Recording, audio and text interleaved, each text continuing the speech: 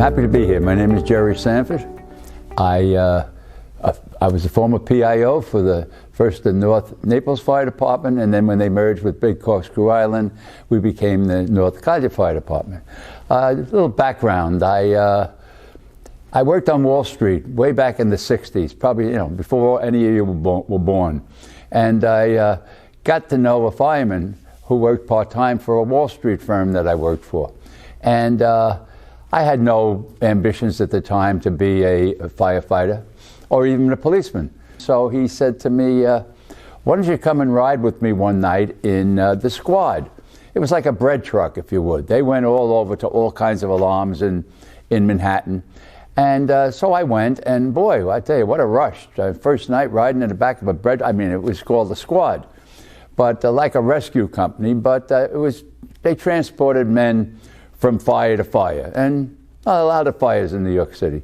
So I went, and that was it. I said, wow, that was incredible. So he encouraged me to start taking civil service examinations. So I did. I took the New York State Trooper, I took the New York City Police Department, and then I took the New York City firefighter exam. Well, lo and behold, I passed the police department and the fire department tests, and I was put on a list. And that's how civil service works. You get put on a list. So I was on both lists, and lo and behold, the police department called me. I'm thinking, oh my God, police department? I'm going to be a cop? I weighed about 139 pounds. You had to be 140 pounds. Here was 1965, and the starting salary for a New York City policeman was $7,032. And I was 27 years old. Now, 27 years old is old to join a department or change. So I left Wall Street, and I became a New York City policeman. I was assigned to the Lower East Side, the 7th Precinct. I went to the 7th Precinct, and that's when I really learned about people and society and how different it is and how you have to cope when you deal with all kinds of aspects. So I locked up a few people, but I'm thinking, this police, I don't know if it was my cup of tea. So fortunately, 1970, I was a policeman for 3 years. So I switch over to the fire department, and I go through the ROC, as we call training center, and in 1968. So I got assigned to Ladder 23, the Vinegar Hill Gang. And I tell you, I don't want to get emotional, but here I was 30 years old, and that's old. I had 3 years on the cops, and I'm 30 years old, an ex-cop, and I get assigned to Ladder 23. And I was the first probie in 9 years to go to that company. They hadn't had a new kid in 9 years, and that was me. Really learned the job. What you learned in the fire academy, forget that. You're going in, a mask. What the hell is a mask? You leave that on the truck. Men, we don't put on a mask. Fire's blowing out the windows, in you go. Mask is left on the truck. That was back in the day. And I worked with some incredible firefighters that taught me the job. And I stayed up there about 4 or 5 years in Ladder 23. Then transferred, I guess about 1974, 75 to the Happy Hookers, Ladder 131 in Red Hook, Brooklyn, which got me closer to my home on Staten Island, where I could be closer to my wife and my 2 sons.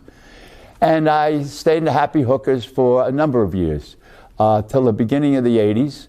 And then a friend of mine, he was made a battalion chief.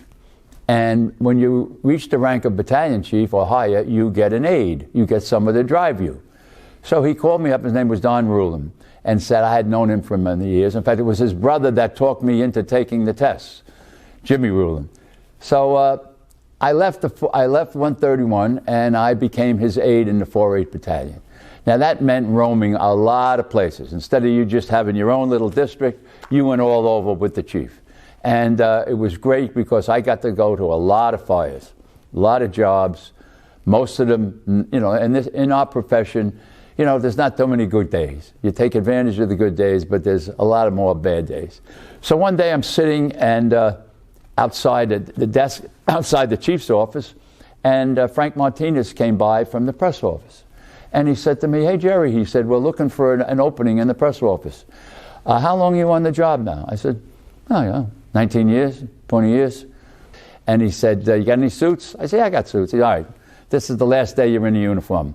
From now on, you're in a suit." So I went, and I had a little writing skill, not a whole lot.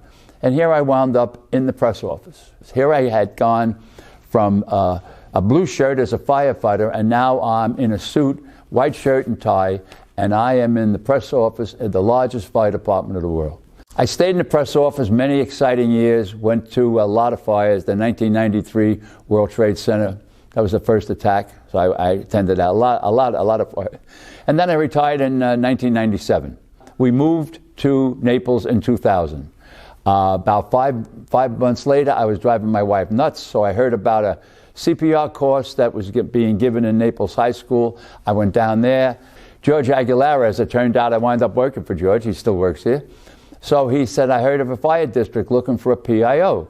Anyway, I went the following Monday, and Chief Tobin hired me after about a 30-minute interview. Didn't even look at my resume. He just said, "See that white car outside? That's your car. You want the job?" I said, "Yes." So I worked here, wonderful years. I guess I think I retired in 2017, 2018, but I'm still in the job. Once you're a firefighter, you're in the job forever. Like once a Marine, always Marine. And I love this department. You know, I came here, I brought a lot of tradition with me from New York City, you know, and that's what tradition is in the fire service. I just thought of that this morning. When I put this uniform on, there are millions of people across the world that want to be on the job, that want to be a firefighter.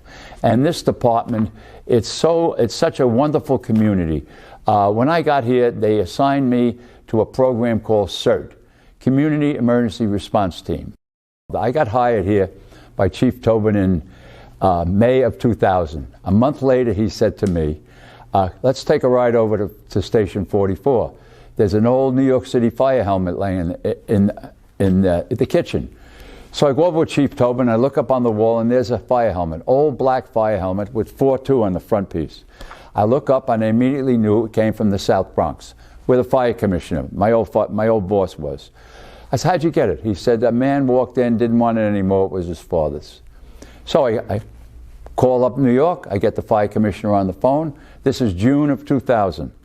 I said, "Tommy, I have a helmet."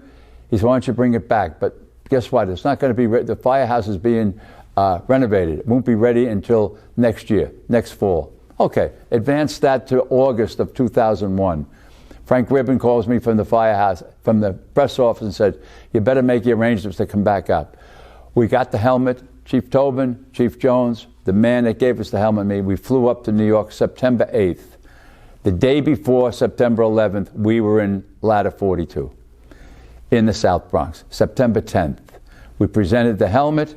We left the ceremony. We went to LaGuardia Airport. They closed the airport because it was a terrible storm that night. I flew out of LaGuardia Airport 2 hours before the attacks. The morning of September 11th, clear blue sky. We're changing planes in Pittsburgh. Wayne Jones calls me. He had just gone down to the bathroom. He's screaming my name. I walk down in the terminal, and there I saw the first tower had been struck by a plane. I can't tell you, I relive it over and over again, that sight of what I saw, that tower on fire. We get on the plane, we go about 20 yards, the pilot kicks us off. We're now running around, pandemonium in the Pittsburgh airport. We rent a car, we drive back here, we get here on Wednesday. On Friday, I flew to Philadelphia with my wife to attend my grandson's christening. The following Monday, I'm standing on the pile in New York, where 6 days earlier, we're still in the recovery effort. They're trying to find people. It's only 6 days after the attacks. I stayed up there until the middle of October. Half of the 343 guys, firefighters, my brothers, were killed. I worked with and knew half of them. By the end of October, I was burned out. I couldn't go to any more funerals, any more wakes. I was back in the press office where I could serve my job. I would have dug on the pile, but I felt I handled all the media that you saw on television. I went right back into the press office and handled the requests from all over the world. They wanted to go to a firehouse, they wanted to talk to somebody, and I was behind the scenes arranging all of that. Well, I'm at the kind of ended my career. I'm 83 years old. I retired a few years ago, but I'm still involved with the district. I do the MCs for the fire school graduations and promotions and retirements. In fact, there's another one next week. And I'm just so happy that I worked here all those years. Every time you put on the uniform, it's proud that you're a firefighter, especially in the North Collier Fire District. This is a family. No matter where you go, we're all brothers, sisters, we're all in it together.